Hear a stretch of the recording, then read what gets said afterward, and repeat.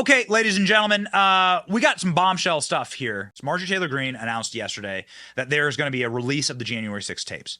Marjorie Taylor Greene on Twitter saying effectively, just as I promised, the January 6th tapes are going to be released. Speaker McCarthy, John Solomon, and Julie Kelly. And a third outlet, unfettered access to the January 6th tape. Their reporting on it starts tomorrow. This is the transparency the American people deserve. Forward to their reporting. Named in that tweet from the great Marjorie Taylor Greene is Julie Kelly, who joins the program now.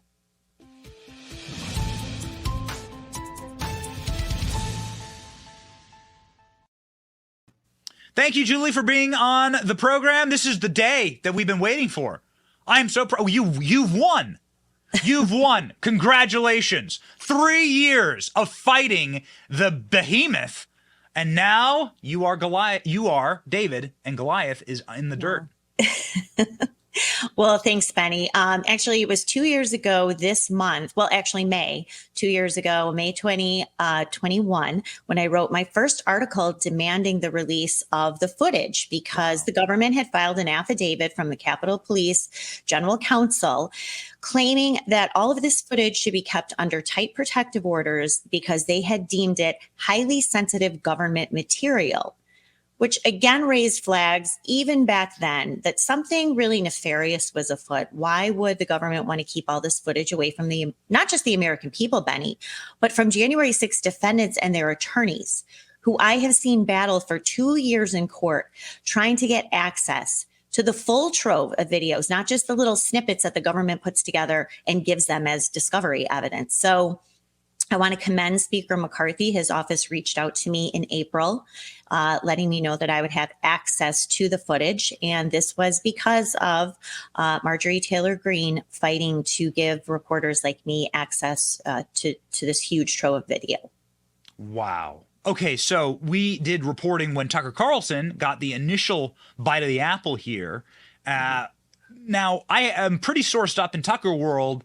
I got to tell you, I think that somebody put the brakes on what where Tucker was planning on going. That's my contention.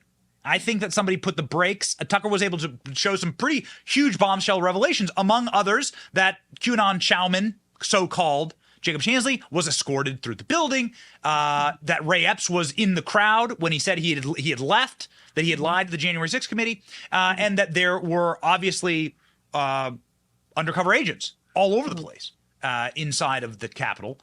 But then in the subsequent drops, it just became a sort of a rerun. And Tucker was stuck on screensaver mode. Are you going to be stuck on screensaver mode with this footage? No, absolutely not. And I have no knowledge about what happened with Tucker's team. I was working with them behind the scenes as to places that they should look, certain timestamps in certain areas. So I'm not really sure what happened there.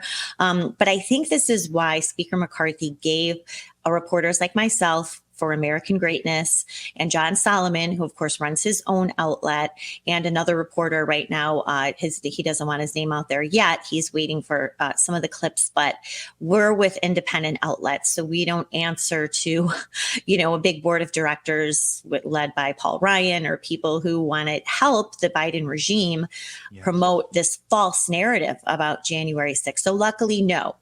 We have unfettered access. And I do want to explain one thing to people, Benny. I think it's really important for your viewers to understand. This isn't like a VHS tape. It isn't even like, a DVD or something that they can just send to us. These are hundreds of cameras covering a huge, large area over days before and on and after January 6th. We have to go to Washington, D.C. to access the portals and click on certain cameras, log in what time we want to see, what we want to watch. It is an extremely laborious process. So I do want to say to people who are upset that, they haven't been publicly released, I don't really see a way, even though I called for it for 2 years, after seeing the system and how it's set up, I really don't see a way that can happen. So I do hope that they figure out a way in the future, short-term future, that they will make the relevant footage available. But for now, I think the public, at least our side, will be very satisfied, shocked and surprised to see the clips and the relevant stories that will be coming out in a steady stream over the next several weeks.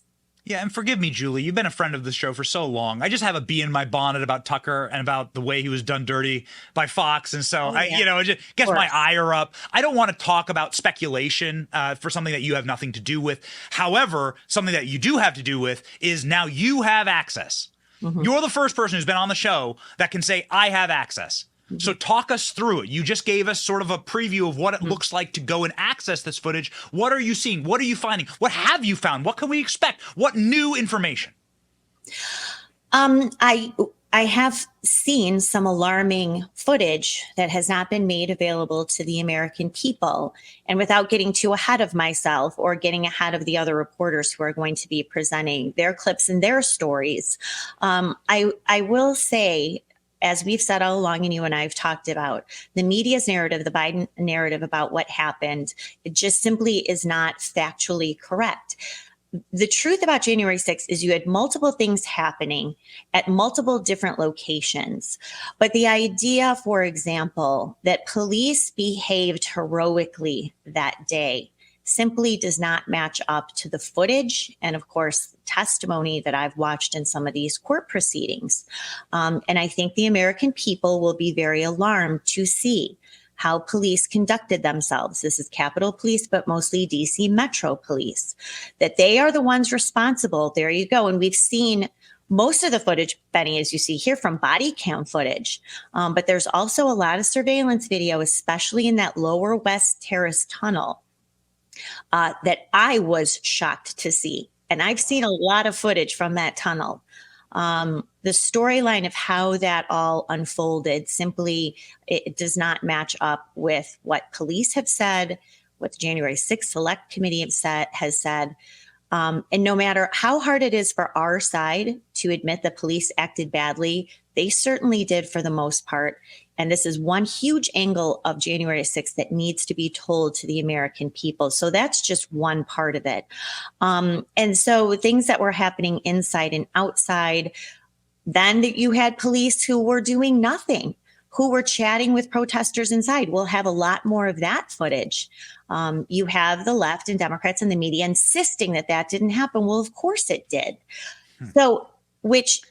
Can I stop you there? Chat. What do you mean by chatting?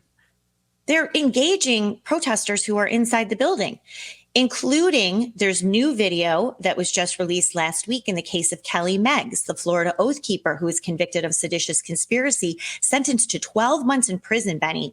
He didn't assault anyone. He didn't bring a weapon. He did nothing. They released new video of him inside in military gear. Keep in mind, they were there to protect police, protect protesters who had been assaulted for 6 solid months in Washington, D.C. There are 2 police officers standing right by him.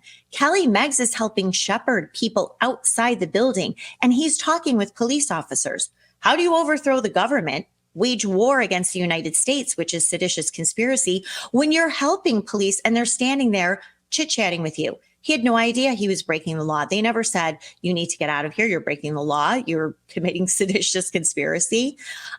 So those are the sorts of things that not only the American people need to see, but Benny, they want to see.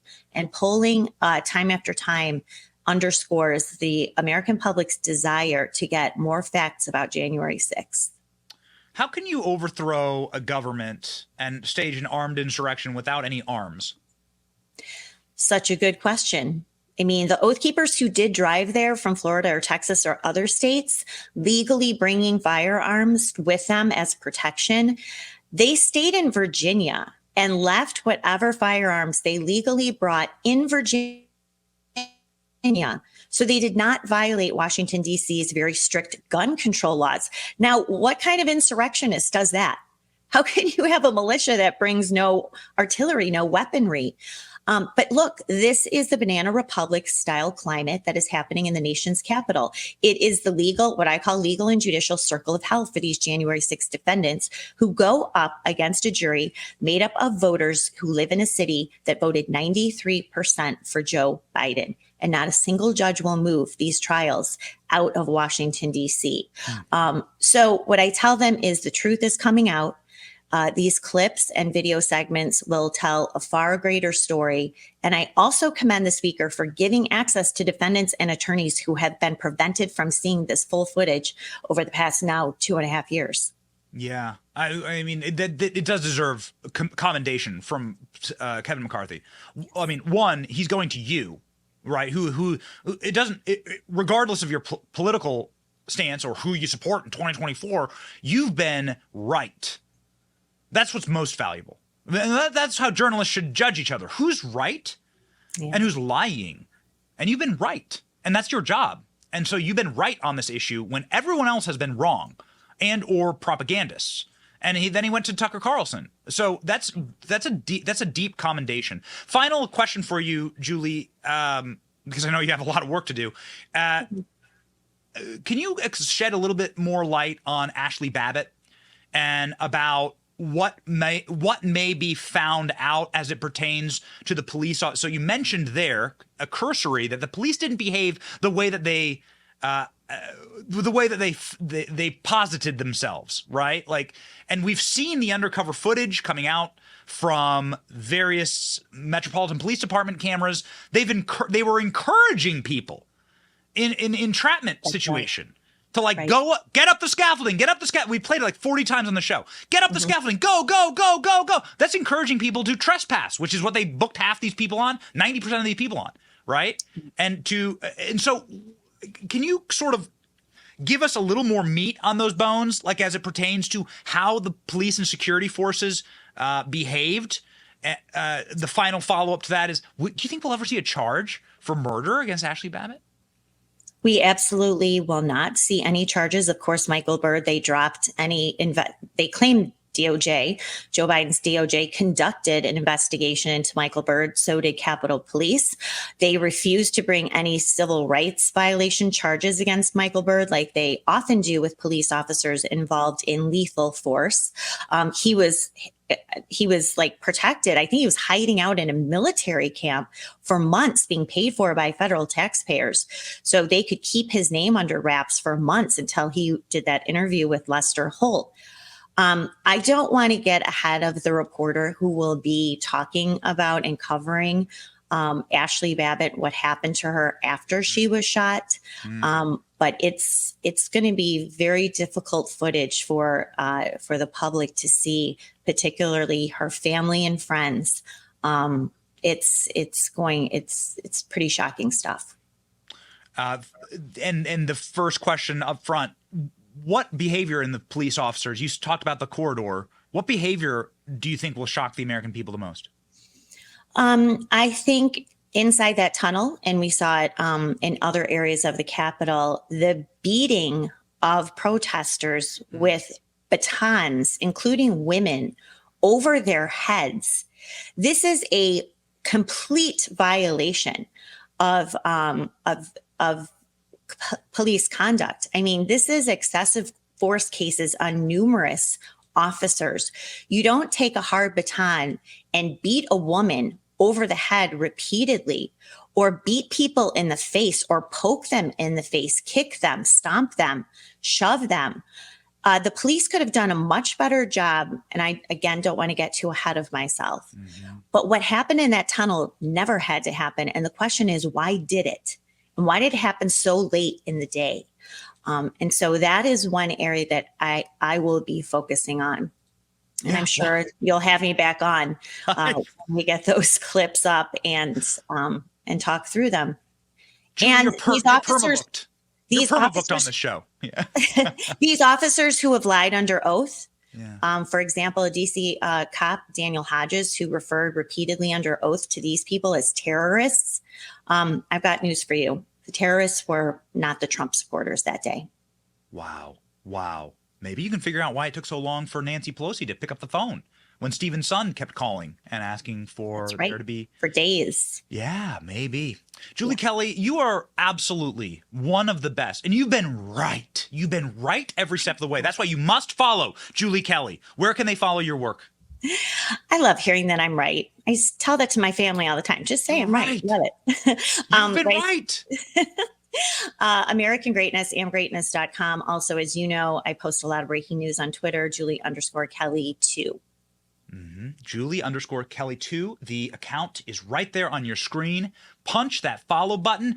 Let's get her to 500,000. Come on. 426,000, 500,000. You're going to want to follow. This is going to be the big breaking news account for the foreseeable future, ladies and gentlemen. And there's a reason why Kevin McCarthy trusted Julie Kelly, because she is just the best. Thank you. Thanks, Penny. Thanks for covering my work.